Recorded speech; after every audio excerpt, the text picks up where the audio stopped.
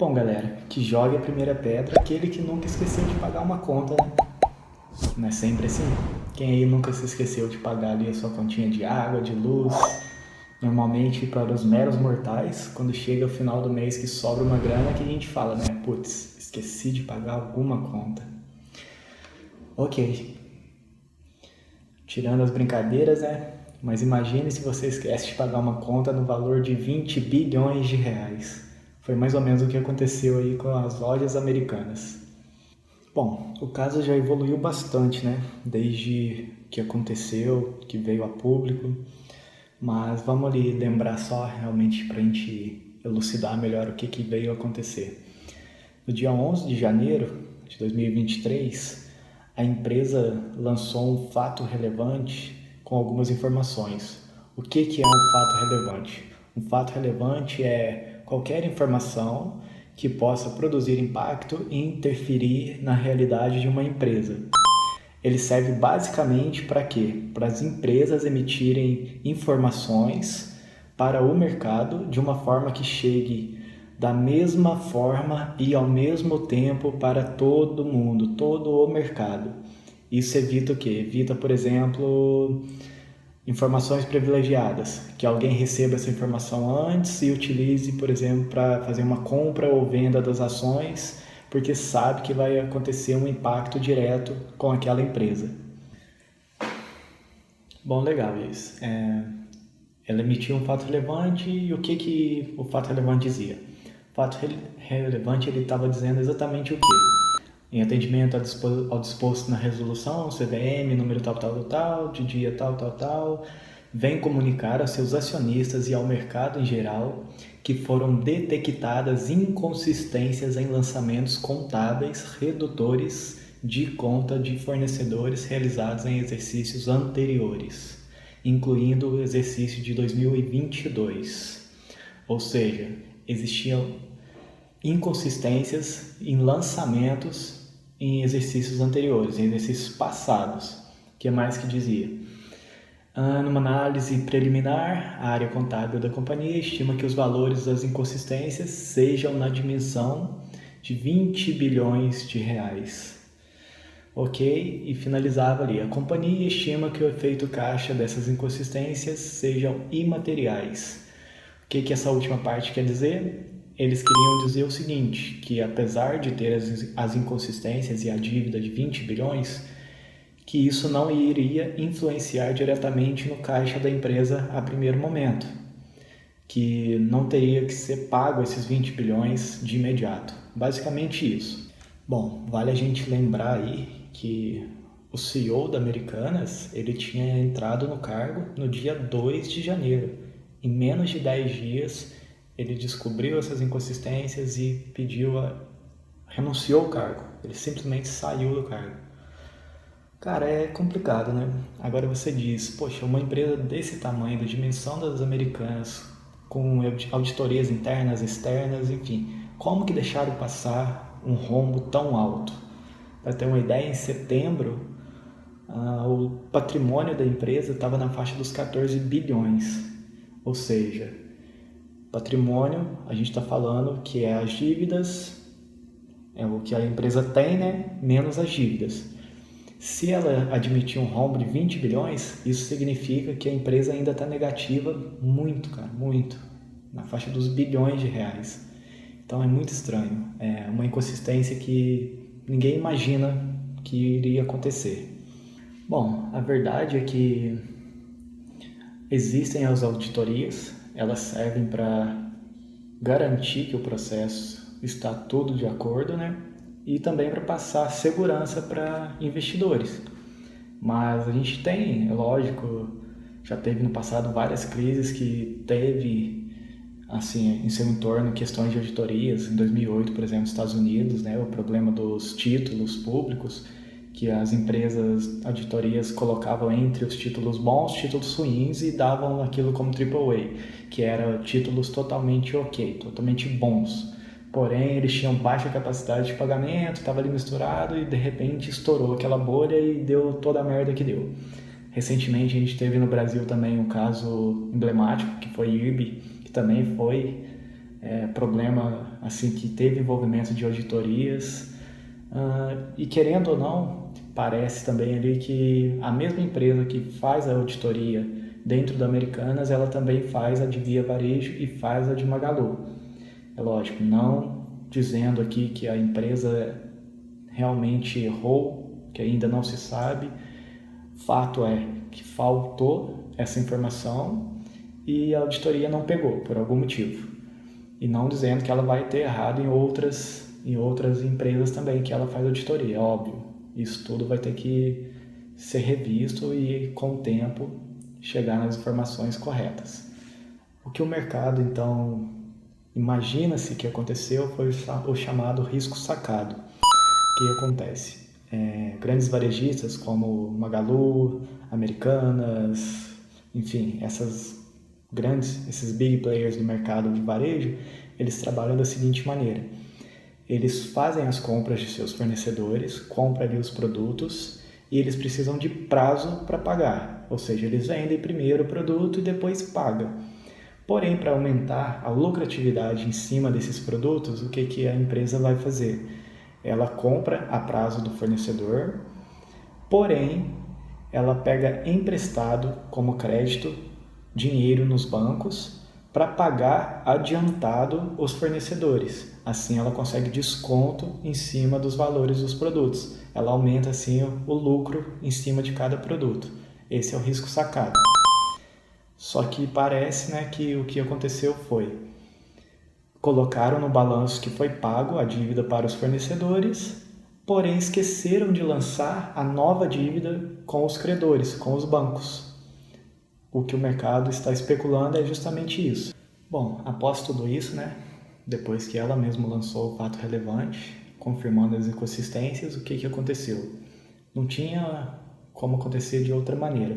O mercado reagiu, obviamente, e os credores também. Você imagina ter um patrimônio líquido, né? O ativo menos o passivo, em setembro 14,7 bilhões, de repente em janeiro aparece uma dívida de 20 bilhões. A empresa está quebrada, obviamente, a conta é simples, é um menos o outro e você ainda está negativado. Então o que aconteceu? Os credores foram atrás, né, para falar: poxa, como é que eu vou ficar?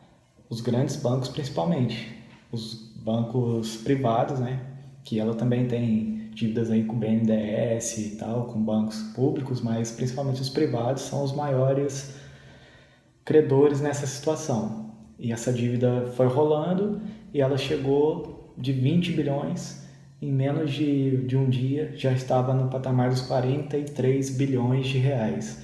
Para ter uma ideia, após isso acontecer, a empresa entrou com pedido de recuperação judicial, é claro, né? É o único jeito que ela tinha para poder não decretar falência, não quebrar. Essa, para vocês terem uma ideia, é a nossa quarta maior recuperação judicial do Brasil, na história do Brasil. Teve aí primeiro, né, a Odebrecht, com 80 bilhões de reais. A gente teve a da Oi, com 65 bilhões. Teve a Samarco, com 55 bilhões. E agora a gente veio com a Americanas, com 43 bilhões de reais. Para vocês terem uma ideia, por que os grandes bancos, né, os privados, estão tão desesperados, né, esses credores, 14 bilhões dessa dívida, dos 20 bilhões iniciais aí, é de banco privado. O Bradesco tinha 4,8 bilhões investidos, ou seja, é muito dinheiro. Para você ter uma ideia, o lucro trimestral do Bradesco é em torno de 2 a 4 bilhões. Ou seja, a gente está falando de um trimestre de balanço do banco que ele não vai receber da Americanas, entendeu? É muito dinheiro, cara.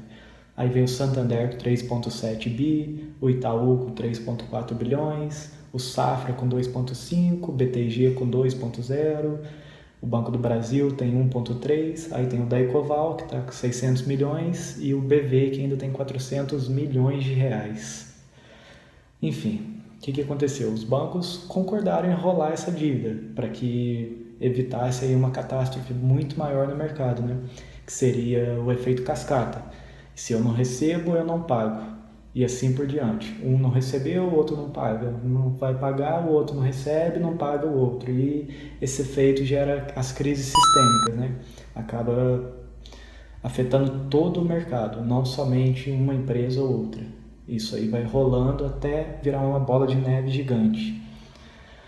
O que parece que estava acontecendo é que o BTG era o único banco que estava se negando a rolar a dívida, ele queria receber, porém parece que a justiça foi lá e não aceitou o pedido dele, então para se proteger a Americanas foi lá e conseguiu uma tutela cautelar de emergência, isso deu 30 dias para ela poder trabalhar. O que essa tutela possibilita? Ela evita, né, que qualquer credor possa penhorar ou bloquear qualquer bem da empresa e a empresa acaba ficando sem dinheiro, sem bens. Então essa tutela facilitou um pouco o lado das Americanas, né?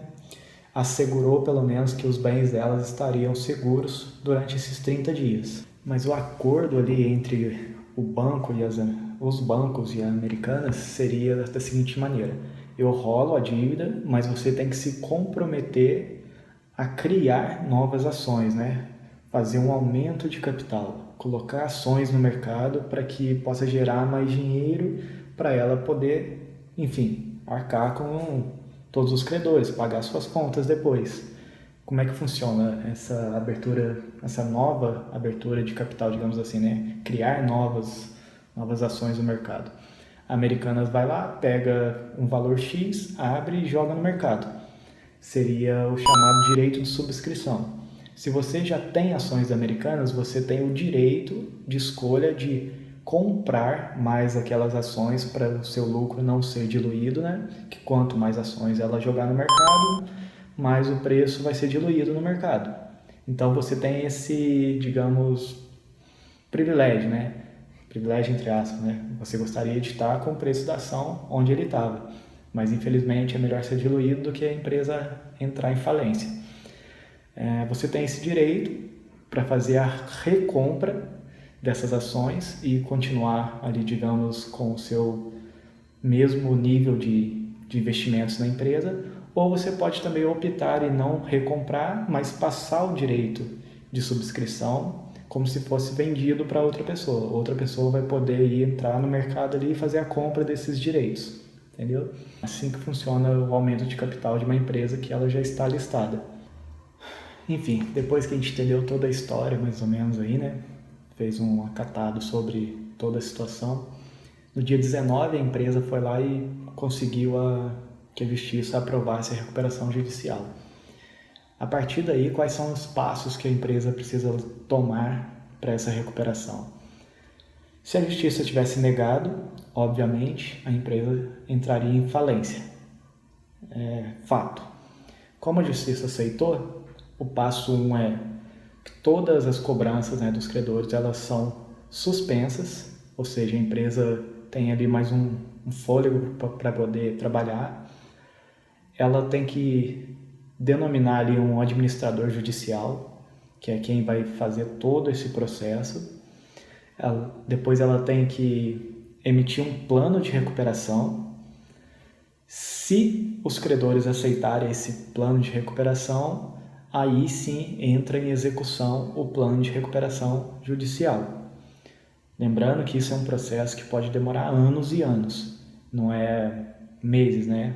Da noite para o dia apresenta um plano, todos os credores aceitam, enfim. Esse processo pode demorar anos e anos. Mas é melhor do que o processo de falência, né? O processo de falência ele pode demorar décadas. A gente tem exemplos aí, por exemplo, da Oi, que demorou décadas, tem credores que até hoje não receberam, infelizmente.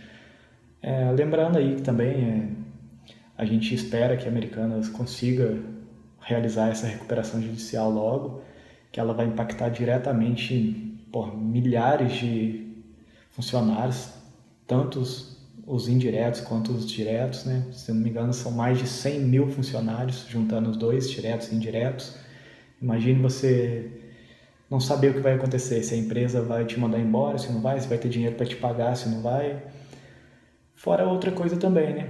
Ela impacta diretamente o mercado e de forma indireta também. Por exemplo, muitos dos meus amigos me perguntaram, você investia em Americanas? Eu sempre disse, O varejo nunca foi um setor assim que me chamou muita atenção, eu nunca gostei muito, achei sempre complicado demais de ter um pouquinho mais de segurança nele, então eu nunca investi. Porém, acaba que impacta também, por exemplo, fundos imobiliários. Quantos galpões logísticos, quantos galpões assim a empresa tem locado para Americanas. Muitos dos fundos imobiliários vão sofrer com isso também. Por outro lado, algumas outras empresas vão se beneficiar, né? Principalmente algumas outras do setor de varejo, vão estar subindo as ações por conta disso. Outra coisa que está acontecendo também, que eu ainda não cheguei a pegar para ler certinho, mas eu sei que 1% do caixa ali da Nubank, né, a parte de renda fixa, digamos assim, do Nubank, era dentro de um dos fundos que tinha Americanas. Então vai sofrer também, as caixinhas ali do Nubank vai acabar sofrendo. É um tema que legal aqui para trazer depois para vocês também. Bom, galera, é basicamente isso. Agora é a gente esperar realmente para ver como vai se dar o processo, quais as outras informações vão chegar para a gente, né, do mercado, a gente que está sempre acompanhando. E eu sempre vou tentar trazer aqui para vocês, tanto nos canais do YouTube, quanto no meu Instagram, né, Café e Bolsa Oficial. Enfim, se vocês gostaram do vídeo, já deixa aí o likezinho pra gente aí, se inscreve no canal, que eu vou estar sempre tentando trazer algo para vocês novo. Bom, galera, que jogue a primeira pedra aquele que nunca esqueceu de pagar uma conta, né?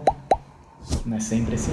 Quem aí nunca se esqueceu de pagar ali a sua continha de água, de luz? Normalmente, para os meros mortais, quando chega o final do mês que sobra uma grana, que a gente fala, né? Putz, esqueci de pagar alguma conta. Ok. Tirando as brincadeiras, né? Mas imagine se você esquece de pagar uma conta no valor de 20 bilhões de reais. Foi mais ou menos o que aconteceu aí com as lojas americanas. Bom, o caso já evoluiu bastante, né? Desde que aconteceu, que veio a público. Mas vamos ali lembrar só realmente para a gente elucidar melhor o que veio a acontecer. No dia 11 de janeiro de 2023, a empresa lançou um fato relevante com algumas informações. O que é um fato relevante? Um fato relevante é qualquer informação que possa produzir impacto e interferir na realidade de uma empresa. Ele serve basicamente para quê? Para as empresas emitirem informações para o mercado de uma forma que chegue da mesma forma e ao mesmo tempo para todo mundo, todo o mercado. Isso evita o quê? Evita, por exemplo, informações privilegiadas, que alguém receba essa informação antes e utilize, por exemplo, para fazer uma compra ou venda das ações, porque sabe que vai acontecer um impacto direto com aquela empresa. Bom, legal isso. Ela emitiu um fato relevante e o que o fato relevante dizia? O fato relevante ele estava dizendo exatamente o quê? Em atendimento ao disposto na resolução, CVM, número tal, de dia tal, vem comunicar aos seus acionistas e ao mercado em geral que foram detectadas inconsistências em lançamentos contábeis redutores de conta de fornecedores realizados em exercícios anteriores, incluindo o exercício de 2022. Ou seja, existiam inconsistências em lançamentos em exercícios anteriores, em exercícios passados. O que mais que dizia? Numa análise preliminar, a área contábil da companhia estima que os valores das inconsistências sejam na dimensão de 20 bilhões de reais. Ok? E finalizava ali. A companhia estima que o efeito caixa dessas inconsistências sejam imateriais. O que essa última parte quer dizer? Eles queriam dizer o seguinte, que apesar de ter as inconsistências e a dívida de 20 bilhões, que isso não iria influenciar diretamente no caixa da empresa a primeiro momento, que não teria que ser pago esses 20 bilhões de imediato. Basicamente isso. Bom, vale a gente lembrar aí que o CEO da Americanas, ele tinha entrado no cargo no dia 2 de janeiro. Em menos de 10 dias, ele descobriu essas inconsistências e renunciou ao cargo. Ele simplesmente saiu do cargo.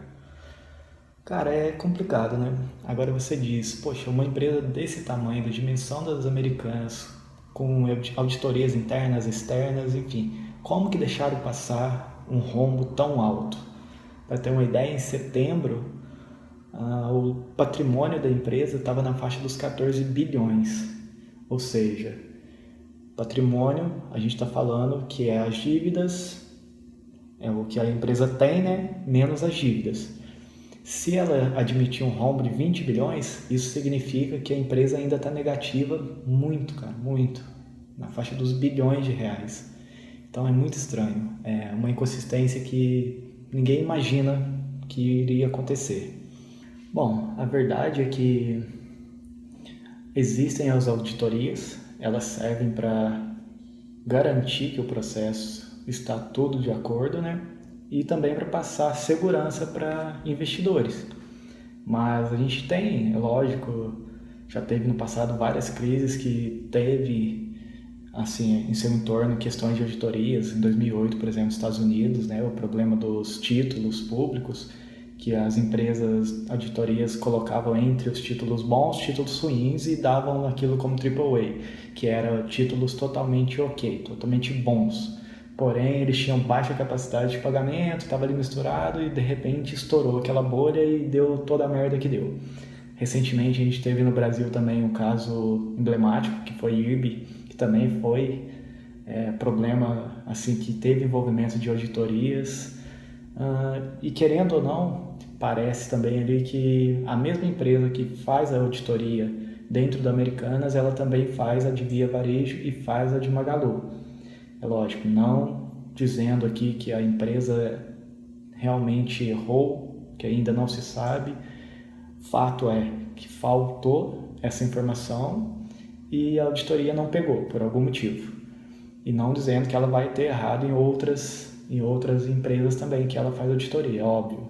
Isso tudo vai ter que ser revisto e, com o tempo, chegar nas informações corretas. O que o mercado, então, imagina-se que aconteceu foi o chamado risco sacado. O que acontece? Grandes varejistas como Magalu, Americanas, enfim, esses big players do mercado de varejo, eles trabalham da seguinte maneira: eles fazem as compras de seus fornecedores, compram ali os produtos e eles precisam de prazo para pagar, ou seja, eles vendem primeiro o produto e depois pagam. Porém, para aumentar a lucratividade em cima desses produtos, o que a empresa vai fazer? Ela compra a prazo do fornecedor, porém, ela pega emprestado como crédito dinheiro nos bancos para pagar adiantado os fornecedores. Assim, ela consegue desconto em cima dos valores dos produtos. Ela aumenta, assim, o lucro em cima de cada produto. Esse é o risco sacado.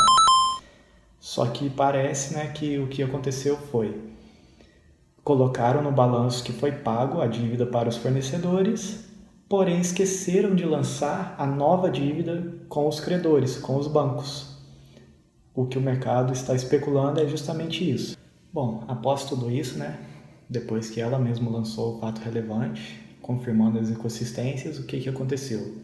Não tinha como acontecer de outra maneira. O mercado reagiu, obviamente, e os credores também. Você imagina ter um patrimônio líquido, né? O ativo menos o passivo. Em setembro, 14,7 bilhões. De repente, em janeiro, aparece uma dívida de 20 bilhões. A empresa está quebrada. Obviamente, a conta é simples, é um menos o outro e você ainda está negativado. Então, o que aconteceu? Os credores foram atrás, né, para falar: poxa, como é que eu vou ficar? Os grandes bancos, principalmente. Os bancos privados, né, que ela também tem dívidas aí com o BNDES e tal, com bancos públicos, mas principalmente os privados são os maiores credores nessa situação. E essa dívida foi rolando e ela chegou de 20 bilhões, em menos de um dia já estava no patamar dos 43 bilhões de reais. Para ter uma ideia, após isso acontecer, a empresa entrou com pedido de recuperação judicial, é claro, né? É o único jeito que ela tinha para poder não decretar falência, não quebrar. Essa, para vocês terem uma ideia, é a nossa quarta maior recuperação judicial do Brasil, na história do Brasil. Teve aí primeiro, né, a Odebrecht com 80 bilhões de reais, a gente teve a da Oi com 65 bilhões, teve a Samarco com 55 bilhões e agora a gente veio com a Americanas com 43 bilhões de reais. Para vocês terem uma ideia, por que os grandes bancos, né, os privados, estão tão desesperados, né, esses credores, 14 bilhões dessa dívida, dos 20 bilhões iniciais aí, é de banco privado. O Bradesco tinha 4,8 bilhões investidos, ou seja, é muito dinheiro. Para você ter uma ideia, o lucro trimestral do Bradesco é em torno de 2 a 4 bilhões. Ou seja, a gente está falando de um trimestre de balanço do banco que ele não vai receber da Americanas, entendeu? É muito dinheiro, cara. Aí vem o Santander com 3,7 bi, o Itaú com 3,4 bilhões, o Safra com 2,5, o BTG com 2,0, o Banco do Brasil tem 1,3, aí tem o Daicoval que está com 600 milhões e o BV que ainda tem 400 milhões de reais. Enfim, o que aconteceu? Os bancos concordaram em rolar essa dívida para que evitasse aí uma catástrofe muito maior no mercado, né? Que seria o efeito cascata. Se eu não recebo, eu não pago. E assim por diante. Um não recebeu, o outro não paga. Um não vai pagar, o outro não recebe, não paga o outro. E esse efeito gera as crises sistêmicas, né? Acaba afetando todo o mercado, não somente uma empresa ou outra. Isso aí vai rolando até virar uma bola de neve gigante. O que parece que estava acontecendo é que o BTG era o único banco que estava se negando a rolar a dívida. Ele queria receber, porém parece que a justiça foi lá e não aceitou o pedido dele. Então, para se proteger, a Americanas foi lá e conseguiu uma tutela cautelar de emergência. Isso deu 30 dias para ela poder trabalhar. O que essa tutela possibilita? Ela evita, né, que qualquer credor possa penhorar ou bloquear qualquer bem da empresa e a empresa acaba ficando sem dinheiro, sem bens. Então essa tutela facilitou um pouco o lado das Americanas, né?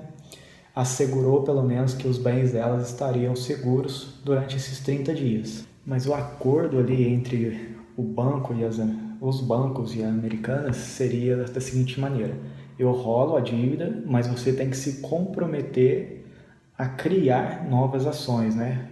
Fazer um aumento de capital, colocar ações no mercado para que possa gerar mais dinheiro para ela poder, enfim, arcar com todos os credores, pagar suas contas depois. Como é que funciona essa abertura, essa nova abertura de capital, digamos assim, né? Criar novas ações no mercado. A Americanas vai lá, pega um valor X, abre e joga no mercado. Seria o chamado direito de subscrição. Se você já tem ações Americanas, você tem o direito de escolha de comprar mais aquelas ações para o seu lucro não ser diluído, né? Que quanto mais ações ela jogar no mercado, mais o preço vai ser diluído no mercado. Então você tem esse, digamos, privilégio, né? Privilégio entre aspas, né? Você gostaria de estar com o preço da ação onde ele estava, mas infelizmente é melhor ser diluído do que a empresa entrar em falência.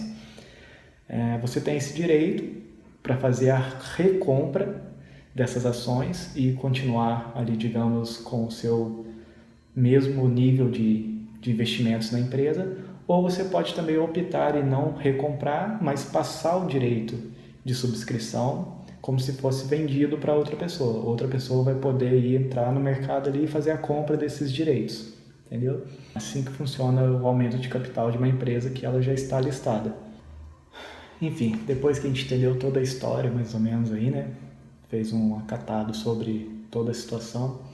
No dia 19, a empresa foi lá e conseguiu que a justiça aprovasse a recuperação judicial. A partir daí, quais são os passos que a empresa precisa tomar para essa recuperação? Se a justiça tivesse negado, obviamente, a empresa entraria em falência. Fato. Como a justiça aceitou, o passo 1 é que todas as cobranças, né, dos credores elas são suspensas, ou seja, a empresa tem ali mais um fôlego para poder trabalhar. Ela tem que denominar ali um administrador judicial, que é quem vai fazer todo esse processo. Depois ela tem que emitir um plano de recuperação. Se os credores aceitarem esse plano de recuperação, aí sim entra em execução o plano de recuperação judicial. Lembrando que isso é um processo que pode demorar anos e anos, não é meses, né? Da noite para o dia apresenta um plano, todos os credores aceitam, enfim. Esse processo pode demorar anos e anos. Mas é melhor do que o processo de falência, né? O processo de falência ele pode demorar décadas. A gente tem exemplos aí, por exemplo, da Oi, que demorou décadas, tem credores que até hoje não receberam, infelizmente. Lembrando aí que também a gente espera que a Americanas consiga realizar essa recuperação judicial logo, que ela vai impactar diretamente milhares de funcionários, tanto os indiretos quanto os diretos, né? Se não me engano, são mais de 100 mil funcionários, juntando os dois, diretos e indiretos. Imagine você não saber o que vai acontecer, se a empresa vai te mandar embora, se não vai, se vai ter dinheiro para te pagar, se não vai. Fora outra coisa também, né? Ela impacta diretamente o mercado e de forma indireta também. Por exemplo, muitos dos meus amigos me perguntaram, você investia em Americanas?